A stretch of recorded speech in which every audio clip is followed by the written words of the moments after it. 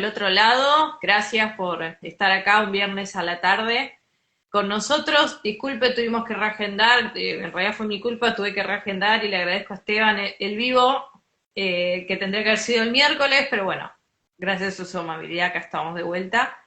Y bueno, vamos a hablar obviamente del protagonista de esta semana, que es el general San Martín. Estuve haciendo una encuesta en Instagram sobre lo que les gustaría saber y obviamente la pregunta del millón es la que siempre preguntan sobre San Martín, que si era masón o no. Pero bueno, como Esteban sabe del tema mucho, lo dejé que él decida de lo que quiere hablar, o de si quiere hablar de esto, si quiere hablar de otra cosa. Estuvimos ahí un poco charlando, así que te voy a ceder el micrófono, Esteban, y bueno, gracias por estar acá con nosotros, siempre hablando de San Martín. No, de nada, Sofía, de nada. La verdad que siempre es un gusto hablar con vos, se dan estas charlas tan lindas, tan enriquecedoras también tanto para mí como para todos los que tienen la oportunidad de estar ahí del otro lado compartiendo. Y sí, bueno, son cosas naturales. A ver, cuando se habla de San Martín, siempre está esto, ¿no? A ver si fue masón, no fue masón, si fue un agente inglés, o fue un agente francés, o bueno, qué es lo que buscaba acá, qué pasó en la entrevista de Guayaquil. Es verdad bueno, que San Martín se fue porque eh, Bolívar era grado 33 dentro de la masonería, entonces se impuso ante él por esa jerarquía que tenía. Y la verdad que es interesante porque a medida que siguen pasando los años y a medida que nuevos autores siguen justamente hablándonos del tema, pero más que nada para refutar muchas de las cosas que se siguen diciendo, el debate permanece, porque, a ver, en definitiva, por un lado está bueno porque es parte de la naturaleza que todos tenemos, ¿sí? De cuestionarnos todo, obviamente. Si, a ver, si nosotros diéramos por sentadas todas las cosas sin tener un poquito de duda, realmente no, en primer lugar, nosotros nos quedaríamos sin trabajo porque no, no podríamos Exactamente. seguir, no podríamos seguir investigando también.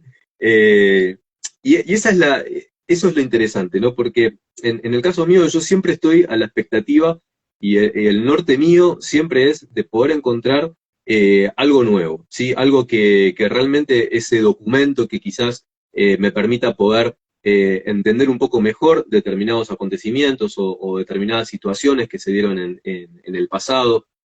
En particular, a mí el periodo que quizás más me apasiona es el periodo de la guerra de la independencia, no solamente de nuestro país, sino de América.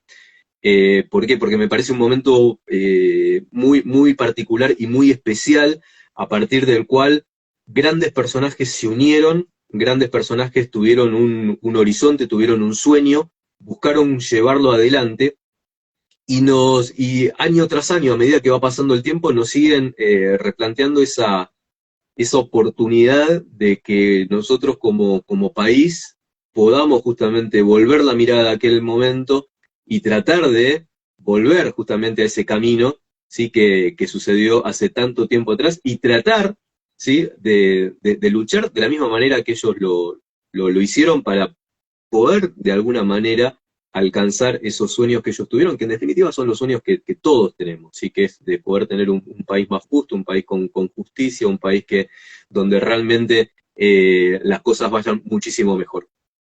Pero lo interesante de estos temas es que, como decía, en el caso puntualmente de la masonería y a ver, del San Martín, masón o no masón, al día de hoy no hay ningún tipo de prueba que nos pueda señalar fehacientemente de que San Martín fue un masón como justamente la masonería, no solamente argentina, sino de otros puntos de América, sostiene. Y esto se da, ¿por qué? Porque lo que ellos ponen como pruebas o como cuestiones irrefutables, ¿sí? a su forma de entender, son objetos y son cuestiones que la verdad que no tienen ningún tipo de sustento. Uno de los puntos en los cuales ellos se basan es que cuando San Martín estuvo en Bélgica, la masonería de allí, de Bélgica, mandó acuñar una moneda conmemorativa en homenaje a San Martín. Ahora, y bien dice Roque Aragón, uno de los historiadores españoles, nos señala que San Martín pudo haber recibido esa medalla, quizás no tuvo conocimiento de la misma, porque tampoco hay claridad con relación a que si la recibió él realmente a la medalla o no, pero por otro lado no hubo ningún tipo de acto masónico a través del cual él la haya ido a recibir, o sea, no hay ningún tipo de ceremonia masónica en la cual San Martín haya estado presente y haya recibido esa medalla.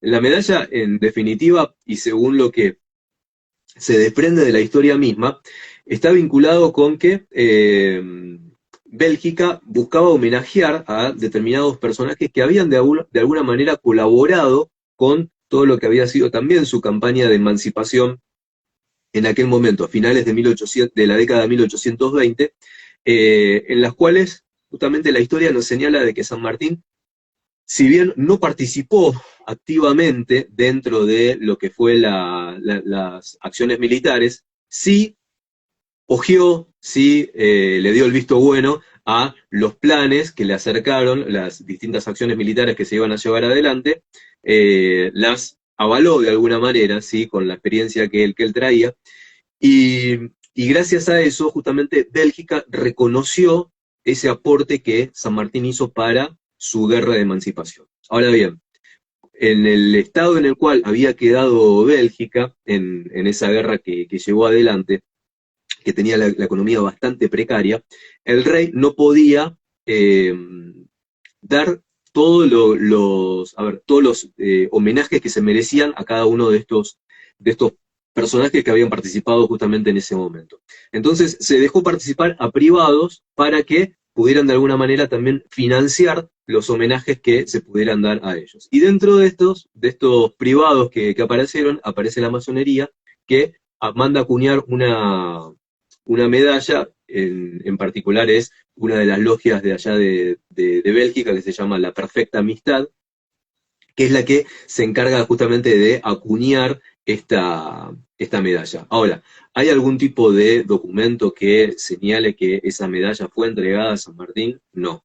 ¿Hay algún tipo de documento que nos diga, mismo de la masonería, que señale que se produjo un acto o una ceremonia donde hubieron discursos, donde hubo toda una presentación para poder entregar esta medalla? No, no hay ninguna.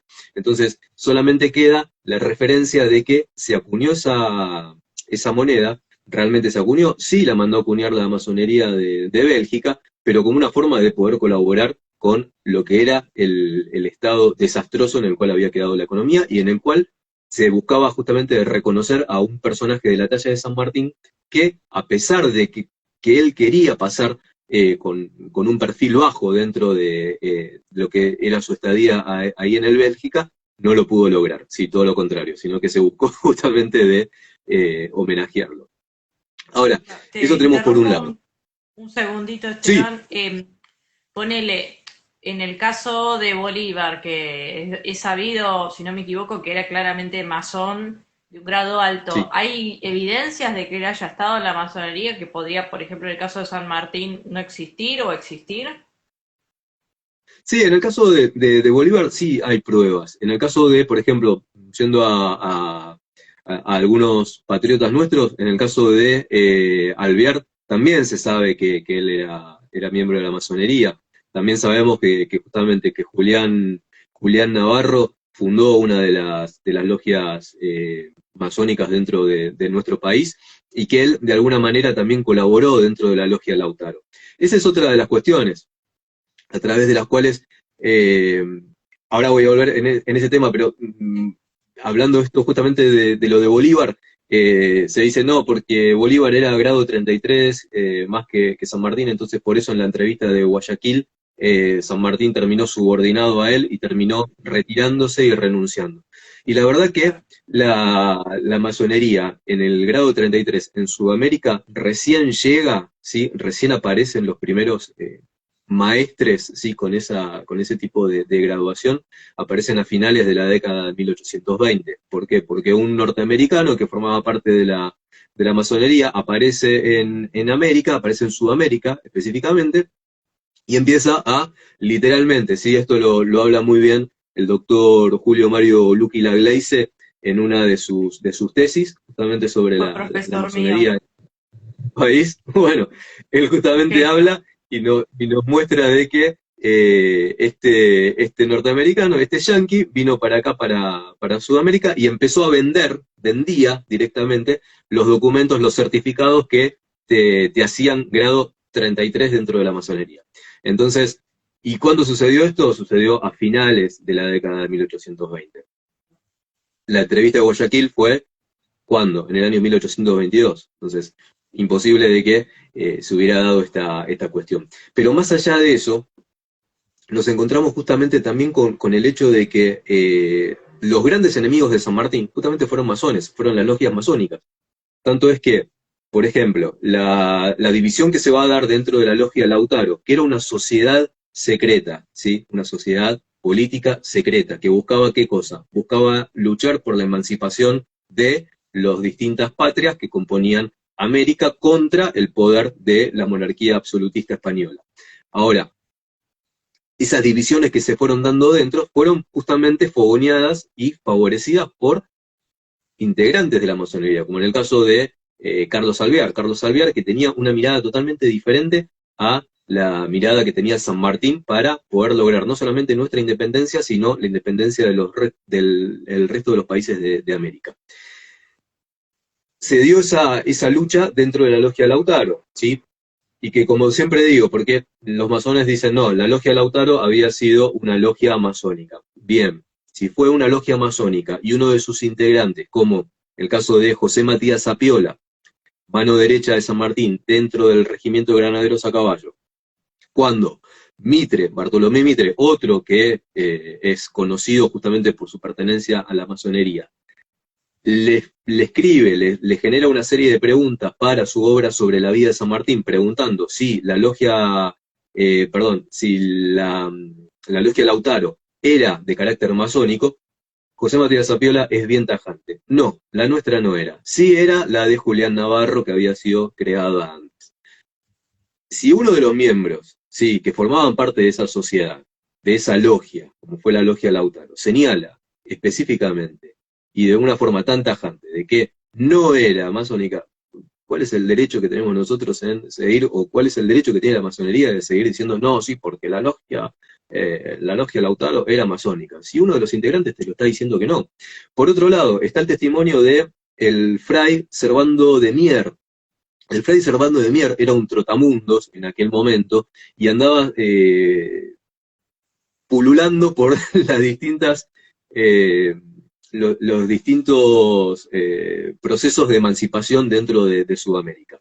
Y conoce, en primer lugar, a los patriotas allá en Europa, cuando forman parte de la conocida como Logia de los Caballeros Racionales, que estaba ahí en Cádiz, que era justamente la base a través de la cual se van a trasladar luego hacia América, y él busca de incorporarse a esta sociedad. Tanto es que justamente en el momento de pedir su incorporación, porque él estaba de acuerdo con todo lo que era la idea de la independencia de las distintas patrias de América, del poder absolutista, una de sus primeras preguntas es si la logia, si esa sociedad tenía carácter masónico o no.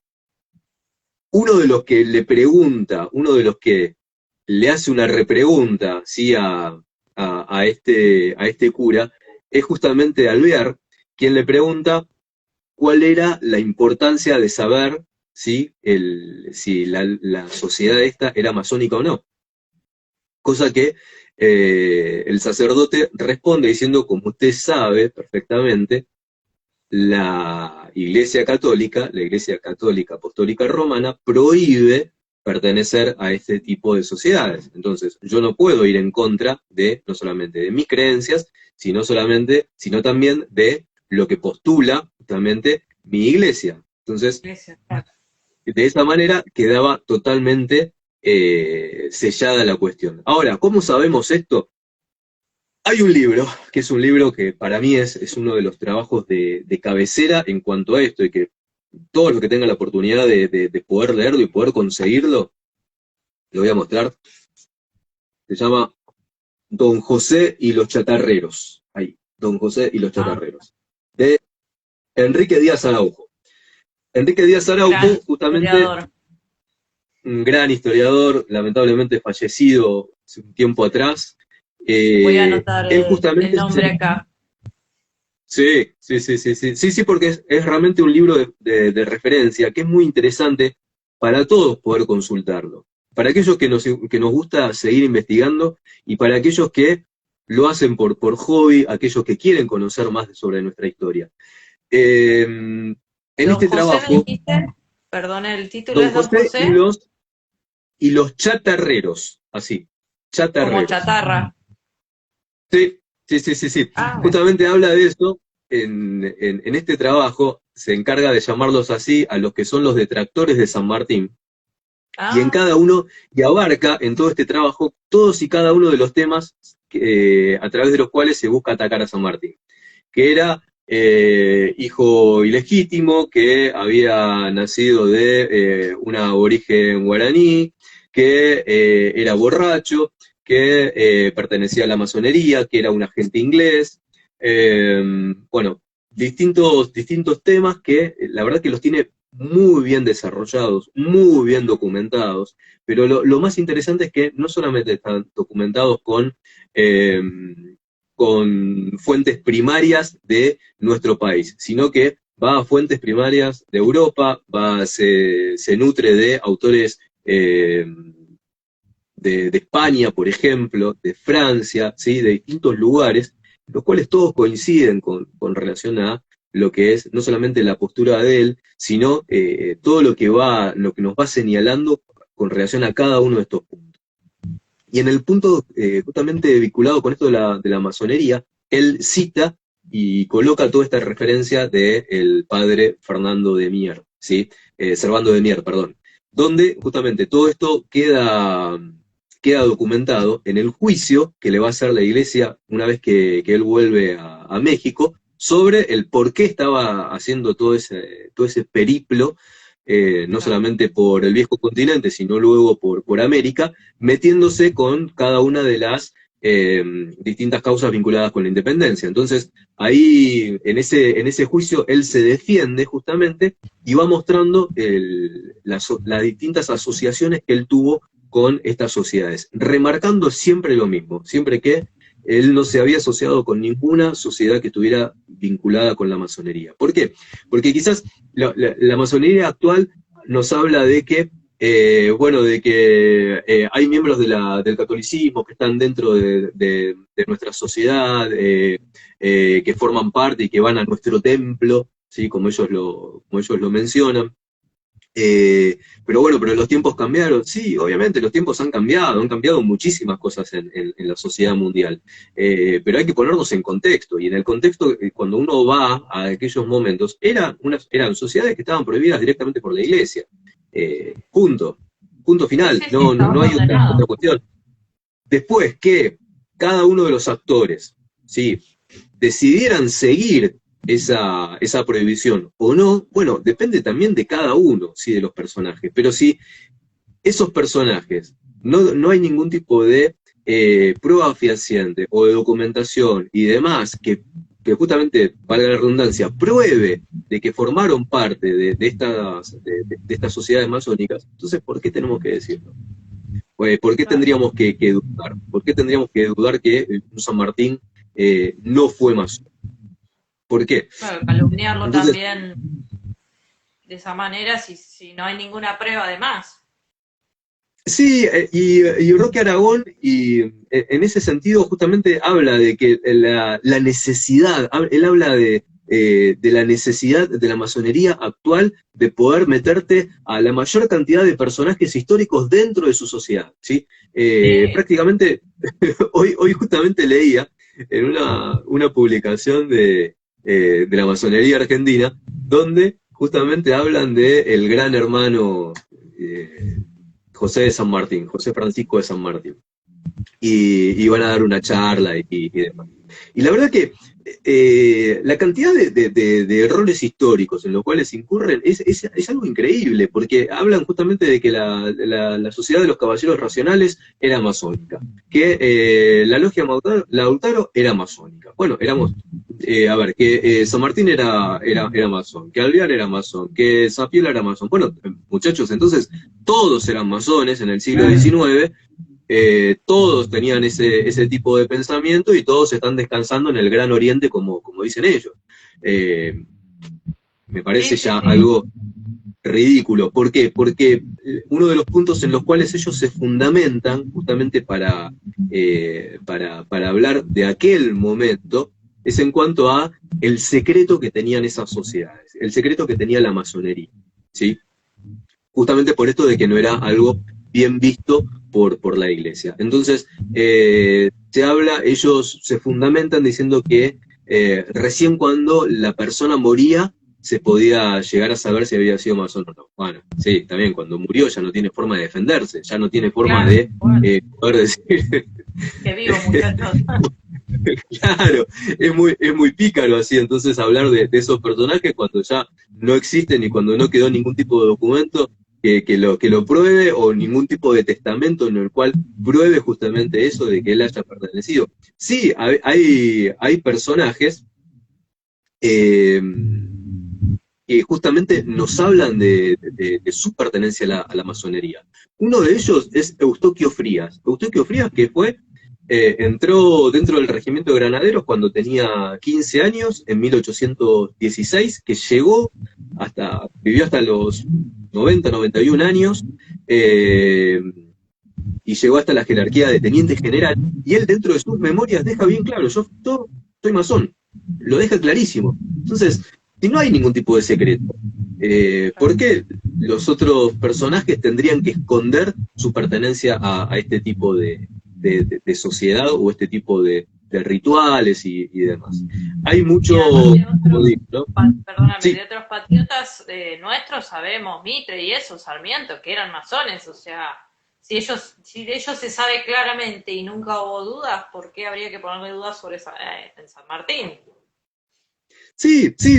Y aparte que, a ver, todo lo que es justamente Enrique Díaz Abrauco en este libro lo señala muy bien, que todo lo que es vinculado a la leyenda masónica de San Martín surge a partir de 1880, cuando no solamente vuelven los restos del Libertador a nuestro país, sino que es cuando se blanquea de alguna manera, ¿sí? Se blanquea formalmente todo lo que es las distintas organizaciones y las distintas sociedades masónicas dentro de nuestro país, ¿sí? En ese momento, ahí es cuando aparece la leyenda masónica de San Martín, ¿sí? Cuando de alguna manera pueden ya se han quitado de alguna manera todo lo vinculado a los ataques de la iglesia. Bueno, ahí en ese momento ya cuando tienen una mayor libertad, digamos, para poder mostrarse y poderse, bueno, ahí aparece la leyenda masónica de San Martín, ¿sí? Claro, es como...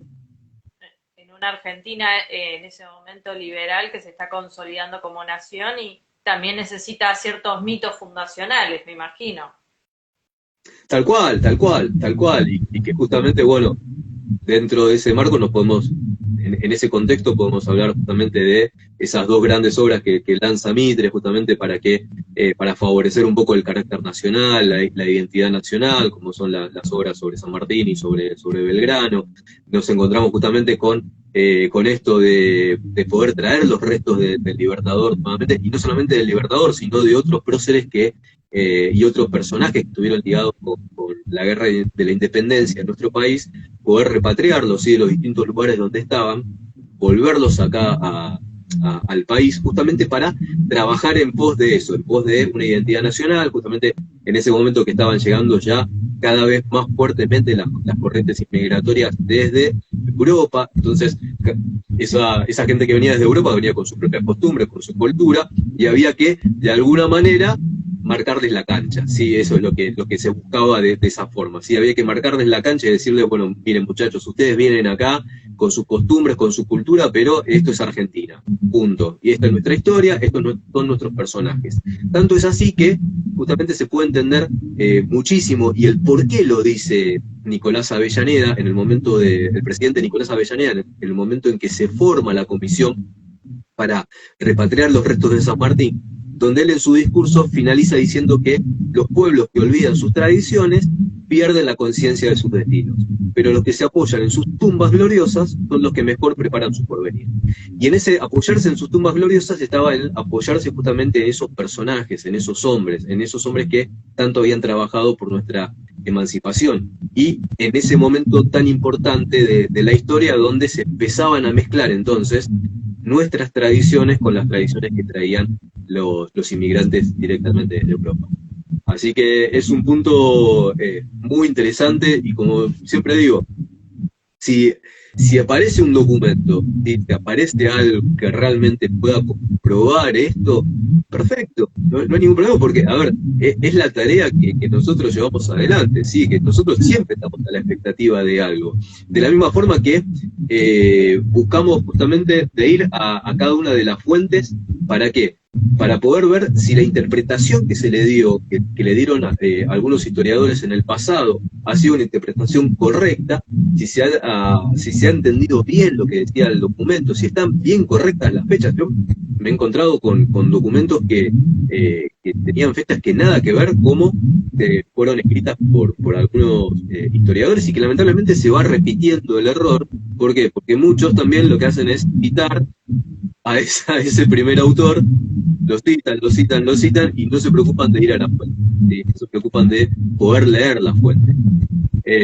Entonces, si aparece algo, perfecto, lo veremos, lo estudiaremos y sacaremos las conclusiones, pero al día de hoy no hay absolutamente nada. De la misma manera que el mito de que no quería ser aceptado por la iglesia para que su cuerpo descansara en la catedral metropolitana, justamente por ese carácter de masón. Nada que ver. Uno, cuando va a los archivos eclesiásticos, nos encontramos con que la comisión que se conformó y la junta eclesiástica que se armó para poder aceptar, ¿no?, los restos de San Martín, la conferencia duró minutos. Todos unánimemente dijeron que sí. Y tanto es así que el lugar donde está ubicado es la vieja y la antigua capilla de Nuestra Señora de la Paz. Entonces, ni siquiera es que, como ellos dicen, todo está fuera de la catedral, no es que está en un lugar así apartado, no, está en un lugar bendecido, en un lugar que es una capilla. Entonces, porque está inclinado también, entonces, claro, lo pusieron así de cabeza, porque como es masón, entonces era la forma de venganza de los obispos de Buenos Aires contra... No, muchachos, no está de cabeza tampoco, está ligeramente inclinado lo que es el ataúd de San Martín. ¿Pero por qué? Porque justamente no habían comunicaciones como las que tenemos en el día de hoy, y la creencia de la comisión que se encargó de repatriar los restos de San Martín, se pensaron de que, al igual que pasó con otros próceres, los restos de él estaban reducidos a cenizas y colocados en una urna. Entonces se armó todo este mausoleo para que fuera depositada directamente una urna, y no un ataúd con un cuerpo embalsamado, como lo hizo Mercedes, la hija de San Martín, porque quería justamente seguir viendo a su padre, ¿sí?, y preservando lo que había sido el cuerpo de su padre. Entonces, nada, son esos grandes, a ver, como digo yo, son esos mitos que surgen para tratar de explicar cosas que son simples, que no requieren tanta vuelta.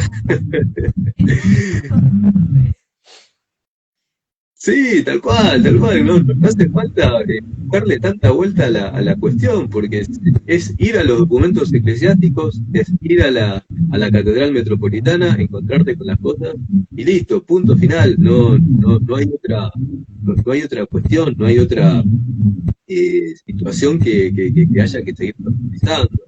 De la misma manera que Hay alguien, dentro de los mensajes hablaba de Antonio, y del licenciado Antonio, también un gran amigo, una persona a la cual yo respeto, porque la verdad que es enorme su calidez. Ella falleció hace unos meses, pero es un sanmartiniano de ley, sí, un sanmartiniano realmente de ley. Esas personas que, a ver, que realmente daban gusto escucharlas que te hablaran de San Martín, porque buscaba de seguir el ejemplo de San Martín, y buscaba de tener esa misma coherencia que tenía San Martín en el pensamiento y en los hechos.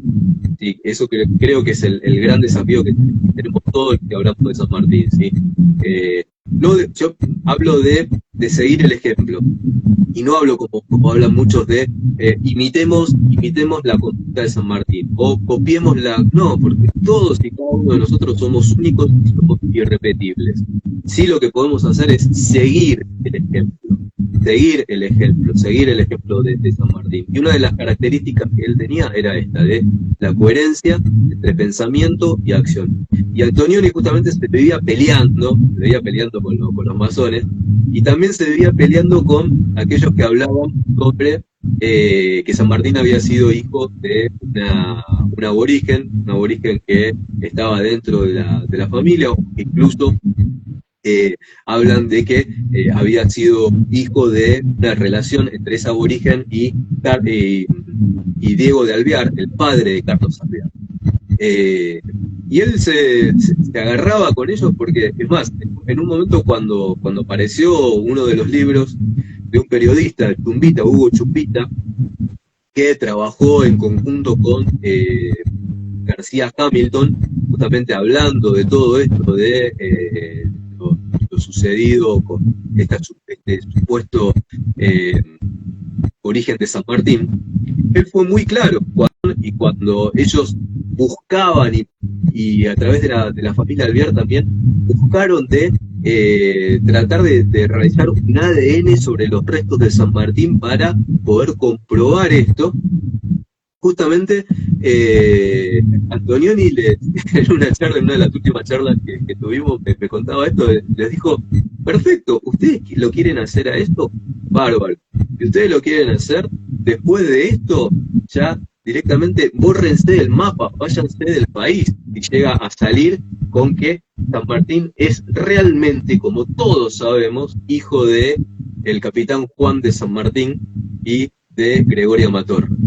A partir de ese momento, cuando él les pidió que hicieran un documento y que lo firmaran justamente con que iban a tomar una serie de medidas que él les pedía, listo, se dejaron de molestar con el tema.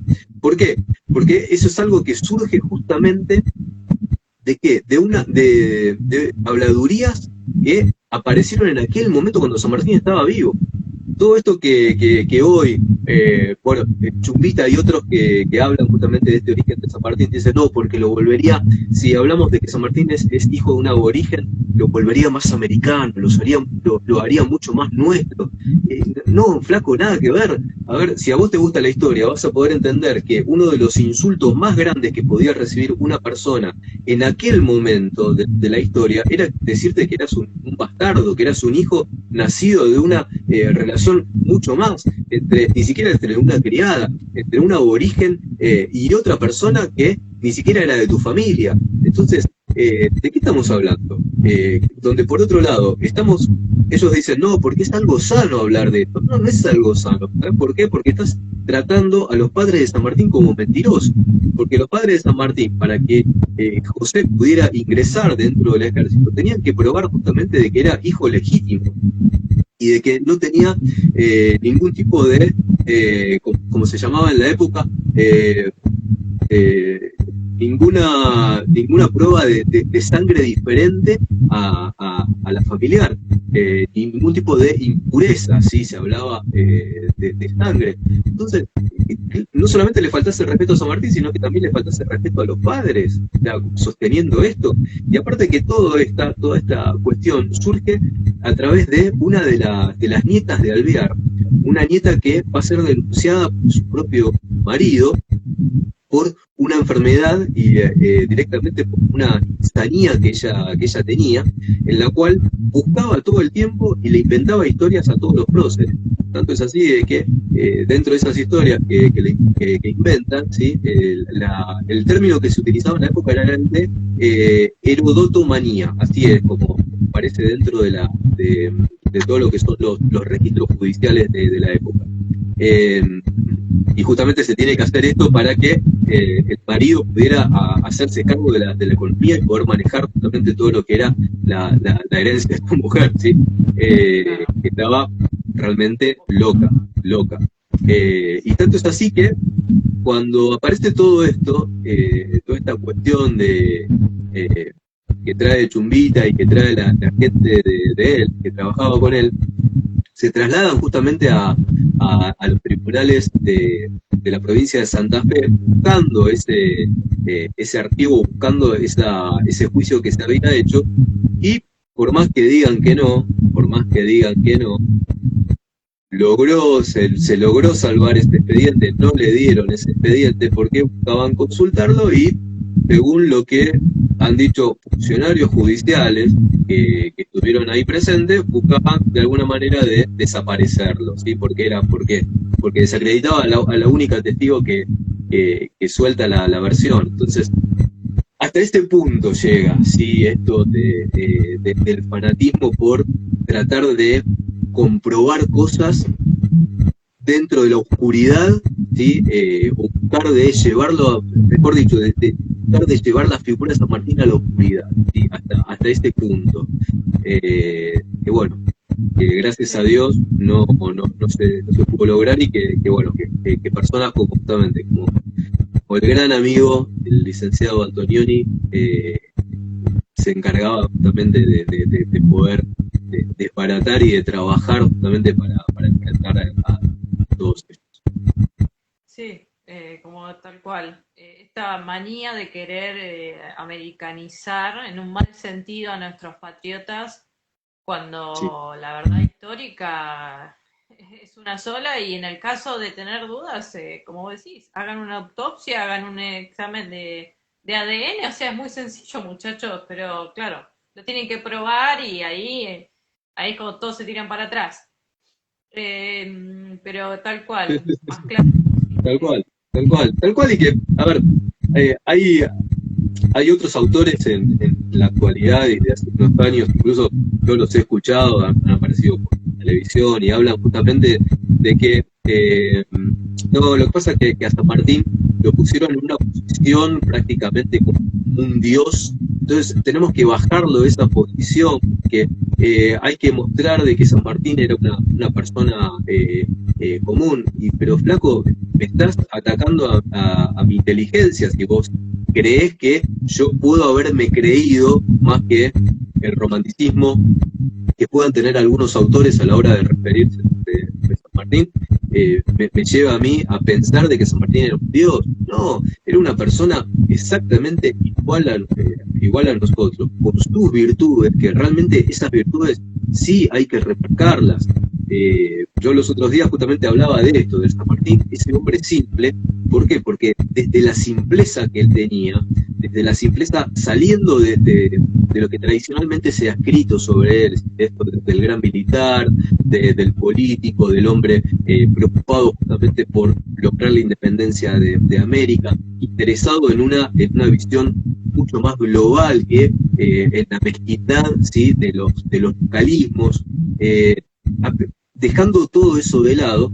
Cuando uno se encuentra con el personaje, ¿sí? En sí, te vas a encontrar con un hombre, un padre realmente espectacular, preocupado en dejarle máximas a su hija para que pueda ser educada a través de ellas. Y son máximas que son reglas de vida también, tan sencillas, tan simples, cosas que son, a ver, del diario vivir, que aprenda a guardar un secreto.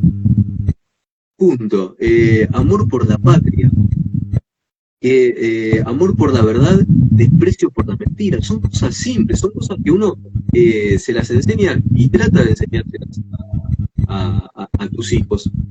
para que justamente se puedan formar personas de bien, para que puedan formarse personas con valores y personas con convicciones bien claras, que es algo que uno como papá, y mucho más en estos tiempos, busca de trabajar, ¿sí? De que tus hijos puedan tener las convicciones bien claras. ¿Para qué? Para que no aparezca nadie con ideas alocadas, ¿sí? Y que te lo lleve para cualquier lado, que te lo lleve para cualquier camino, ¿sí? Más allá de lo que es el libre albedrío, más allá de que justamente cada uno tiene derecho a poder elegir su camino, el camino que quiere seguir adelante, pero también que entendiendo de que ese camino y esas decisiones que uno vaya a llevar adelante llevan una responsabilidad, ¿sí?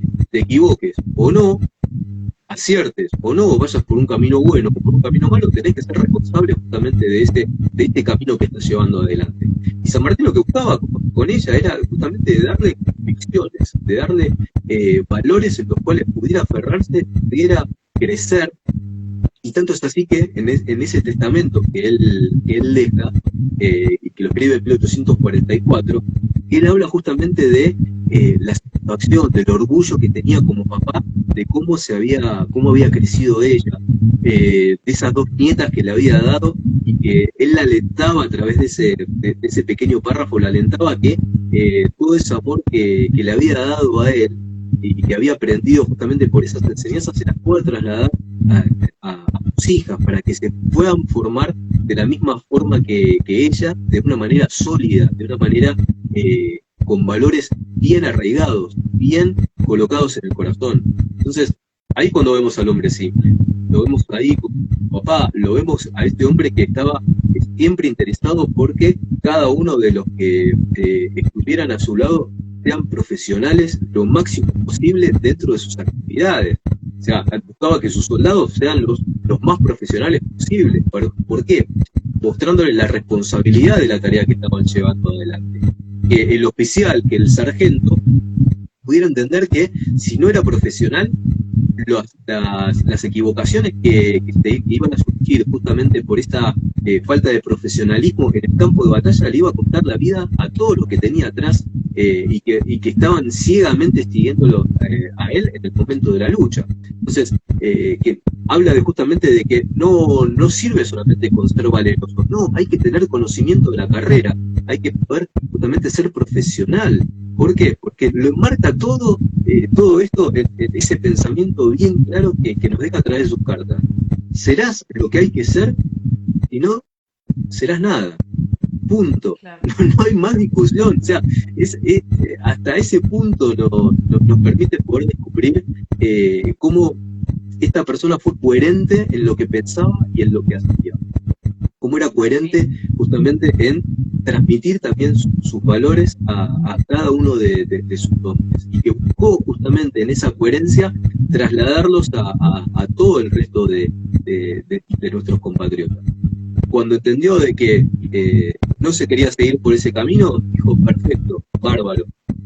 Mi juventud y mi edad media, perdón, mi juventud la di para el servicio de España. Mi edad media lo di para los de mi patria. Creo que tengo derecho a disponer de mis últimos. Listo, me retiro, me voy. No hay que buscarle ningún tipo de complot, ningún tipo de conspiración, nada. Una persona que tenía clarísimo lo que quería hacer de su vida. Muchachos, ya hasta acá hice todas las cosas, ya más no puedo hacer. Yo les muestro este camino que se puede seguir, que este es el camino. ¿A través de qué? A través de la educación, a través de la formación de escuelas, a través de administrar la justicia de una forma recta, a través de buscar una forma de gobierno que se adecue a la idiosincrasia de cada uno de los pueblos de América. Ustedes no quieren seguir ese camino, está bárbaro, no importa. Sigan con lo suyo, busquen de otra forma de seguir con el camino. Yo me retiro, ya hice mi tarea. Esta fue mi tarea, listo. Creo que tengo derecho de disfrutar como un campesino de mis últimos años en Mendoza, en mi chacra, de tomar el vino que me den los viñedos y de todo lo que me dé el fruto del campo. Lamentablemente no lo puedo hacer, pero te muestra justamente la sencillez que tenía. Sí, la verdad. Te digo, yo, bueno, San Martín conozco un poco lo lo conozco con la profundidad que conoces vos, pero la verdad es que cuanto más escucho, más admiro a este personaje, porque, o sea, creo que no podría agregar nada al cierre que hiciste recién sobre su figura, pero qué gran tipo, ¿no? En criollo. Qué gran ejemplo que es para nosotros con sus virtudes y sus defectos, pero bueno, con los medios que él tuvo en su época y con las dificultades, además después, con este exilio que tiene que hacer, o sea, de una patria desagradecida, y que él después no se quiere meter en todas las peleas internas que había, él no quiere volver y meterse y usar su figura que era tan relevante en, digamos, en ayudar a disturbios internos dentro de esa patria que tanto amaba. Así que, noble hasta Sí, el sí, sí. final. Noble Sí, hasta el final. fíjate que en el tiempo que él puede pasar en Mendoza, cuando retorna desde el Perú, él decide irse. ¿Por qué? Porque habla de cómo el gobierno desde Buenos Aires lo había rodeado de gente que lo espiaba, le abrían la correspondencia. Pero después, por otro lado, los opositores al gobierno hablaban de que San Martín se iba a poner a la cabeza del ejército, del ejército federal para ir a derrocar a los tiranos de Buenos Aires y formar una nueva república. Entonces San Martín dijo, muchachos, yo no estoy con nadie, yo me retiré, quiero estar acá en paz, no estoy más en la vida pública. Dicen que estoy de un lado, que estoy del otro, que soy enemigo de este, que soy amigo del otro. No, no, no, no, yo me retiré, estoy en la vida privada, no estoy más en lo público. Entonces, termina tomando esa decisión de irse para allá, pero no deja de trabajar por nuestro país, no deja de trabajar por nuestro país y por América. Desde allá, desde su posición, desde el prestigio que había ganado, estando allá en Europa y cómo se lo respetaba allá en Europa, él sigue trabajando por nuestro país. Tanto es así que tiene una actuación muy destacada dentro de lo que es los distintos bloqueos, primero el bloqueo francés y luego el bloqueo anglo-francés contra el gobierno de Rosas.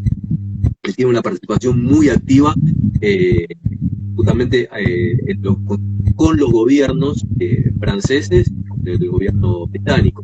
Así que él sigue trabajando de una forma muy intensa a pesar de la distancia. Y tanto es así de que él justamente no se quiso lucrar dentro de las luchas nuestras, que cuando decide volver en 1829, en ocasión de la guerra contra el Imperio del Brasil, cuando se entera de que lo habían derrocado a Dorrego y de que iba a estallar de nuevo la guerra civil, dice, me vuelvo directamente para Europa y mi sable no va a salir de la vaina por opiniones políticas y mucho menos para derramar sangre de hermano. ¿Por qué? Y lo deja bien claro. Dice, si yo me hubiera involucrado dentro de la guerra civil, tendría que haber llorado la victoria con los vencidos. Te habla justamente de que del carácter también bueno, que lamentablemente lo seguimos viviendo, ¿sí? De ese carácter extremista a veces que se da en estas cuestiones de la política y en cuanto a pensamientos, ideologías y demás. Entonces, yo la verdad que no estoy para esto. Yo la tarea mía ya está cumplida y la verdad que no puedo soportar esto. Y cada vez que veía lo que era la realidad de nuestro país y de América, justamente escribía y señalaba de que cada vez que uno contempla el desorden en el cual está América, se le llena el alma de una tristeza enorme por todo lo que se tuvo, por todo lo que se sufrió y por todo lo que se sacrificó para que seamos libres, pero no para llegar a este desorden, no para llegar a esta anarquía que se vive. Hoy se moriría, pobre hombre. Pobre criatura de Dios. Acá pregunta Cecilia, ¿qué libro me puede recomendar que hable específicamente del cruce de los Andes? Bien, de los clásicos que son los que a mí me gustan, tenemos El Paso de los Andes y de Jerónimo Espejo, y después los que sean los libros que puedas conseguir sobre Poldo Ornstein son la verdad mejores, más documentados y más interesantes para poder tomar contacto con el cruce. Después hay uno del cruce de los Andes, que es mucho más contemporáneo, que es de Pablo Camogli, que también es un muy buen libro como para tenerlo, como para poder meterse de lleno con esa campaña. Y después, si alguno quiere leer, hay dos trabajos que sí o sí quiero recomendar. Uno de esos es El Libertador Cabalga, que es de Agustín Pérez Pardela, que es la vida de San Martín, pero un poquito más novelada, o quizás un poquito más llevadera para el que no se quiere meter específicamente en los temas históricos. No es que tiene divagues ni nada por el estilo, es la verdad que es un muy lindo trabajo, novelado. Y por otro lado, sí, uno que ahora en el mes de septiembre, bueno, ya está la preventa de la nueva edición de El Santo de la Espada, de Ricardo Rojas, un clásico dentro de la biblioteca sanmartiniana que no debe faltar. Eso es la editorial Uno Estudios de Entre Ríos, en conjunto con Manresa Libros, están haciendo la preventa de esta nueva edición, que, bueno, la recomiendo no solamente por la calidad del libro y demás, la verdad la recomiendo porque me han honrado ellos con la posibilidad de poder escribir el prólogo, que fue una verdadera sorpresa haber sido convocado para esto, porque la calidad de ese libro, el clásico que tiene dentro de la biblioteca sanmartiniana, la forma en la cual fue escrita también es realmente muy, muy, muy interesante.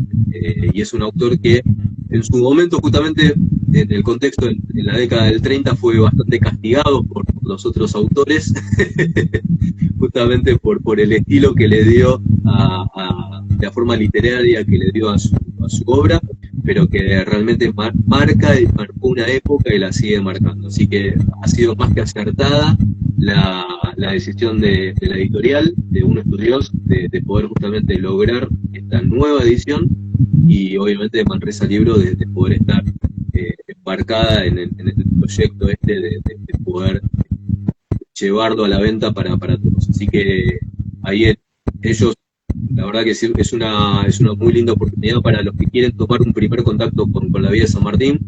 Les recomiendo esos dos libros, ¿sí? El Libertador Cabalga y El Santo de la Espada de Ricardo Rojas, porque justamente ahí habla mucho de esto que yo estoy hablando en este momento, del personaje humano, ¿sí? De la persona con esos valores que lo llevaron a recalcar y a mostrar todas las virtudes que tuvo, que en definitiva esas virtudes nos permiten, ¿qué cosa? Nos permiten poder dar ejemplos concretos para que los ciudadanos del futuro se puedan formar. ¿Sí? Si nosotros no, como padres, como tíos, ¿sí? Como abuelos, no podemos hablar a nuestros hijos de ejemplos, ¿sí? De grandes hombres, no le damos ningún tipo de esperanza. Entonces, la vida justamente de ellos y esas virtudes que tuvieron nos permiten justamente formar a los futuros ciudadanos con el sueño, ¿sí? Con el sueño de poder lograr eso que tanto anhelaban aquellos hombres. Claro, y más esperanza en este tiempo que creo que la necesitamos más que nunca. Así que... Tal cual. Yo creo que no puedo agregar nada a ese cierre que acabas de hacer porque me parece impecable. Lo último, te voy a pedir después que me mandes por escrito todos estos nombres que vos recomendaste, estos libros, así cuando yo subo sí.